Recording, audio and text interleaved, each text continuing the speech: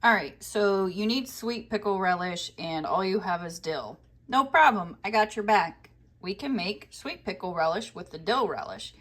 Some apple cider vinegar, brown sugar, and sugar. So we're gonna get a pot and we're gonna add some vinegar in here. Just like that. Gonna add about a 1/4 cup of white sugar.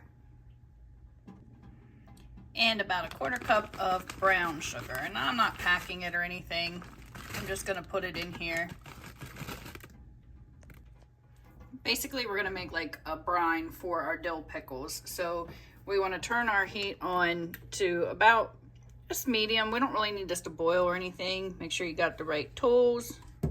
Turn on the right burner, that helps. And you're just gonna stir this and warm this enough till the sugar dissolves in here. And we're also gonna put a little bit of celery seed in here. Now that you have that all dissolved in there, we're not really gonna cook this, we're just gonna let it steep. So we're gonna put it really, really low, like down on the melt or the lowest temperature you have. We're gonna add some dill relish into this mixture. There we go.